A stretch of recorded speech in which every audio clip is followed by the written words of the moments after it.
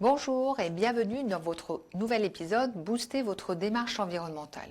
Aujourd'hui, la veille réglementaire, comment la simplifier? La veille réglementaire peut être la bête noire du responsable HSE, mais aussi des collaborateurs qui seront chargés de la mettre en œuvre. Et cela dépend beaucoup de la façon dont sont traités les textes veillés et traités par la suite. Nous ne reviendrons pas ici sur les outils ou la méthode, mais sur quelques pistes pour que la réglementation devienne naturellement et aisément un levier de votre performance.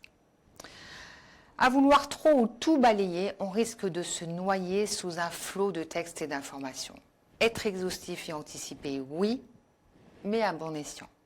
Alors il est pertinent, dans un premier temps, de n'identifier que les textes réellement applicables, afin d'éviter d'être submergé par les textes dits pour information. Il est toujours intéressant d'identifier par anticipation des textes en projet ou des directives européennes, afin de se préparer au changement et prévenir les risques pour l'entreprise. Mais faisons-le de manière pragmatique, en se posant les questions. Ce texte est-il stratégique pour mon entreprise? Présente-t-il des risques? Implique-t-il des changements de procédés, des investissements, des pertes de marché? Si la réponse est non, inutile de traiter le texte, du moins pas en priorité. Ce qui réduira considérablement le nombre de textes à traiter. Cela peut aller jusqu'à 30% de réduction.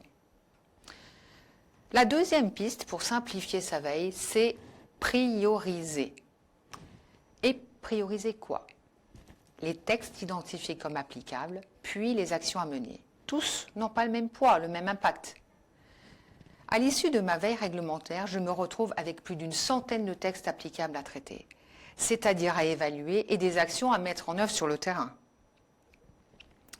Et je ne parle pas des textes pour information vus précédemment, mais on en a déjà éliminé quelques-uns.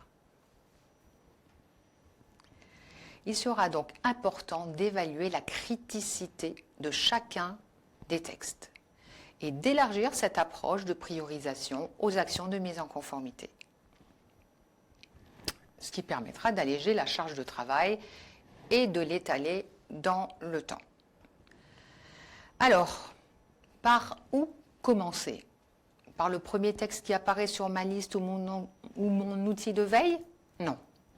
Je priorise en fonction de critères pertinents que je déterminerai. Par exemple, l'importance du texte pour mon activité. Un texte ICPE aura une priorité forte si mon site est une installation classée. La priorisation peut être établie aussi en fonction du risque lié au texte. Présente-t-il un risque important de non-conformité à court terme? Ou un risque image vis-à-vis des riverains ou d'autres parties intéressées, collaborateurs, fournisseurs et sous-traitants?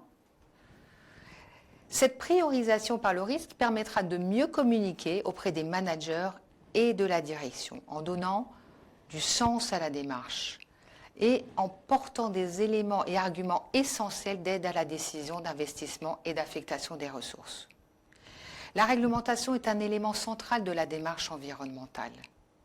Démystifions la veille réglementaire et abordons-la avec méthode, rigueur et critères objectifs pour en faire un levier de prévention.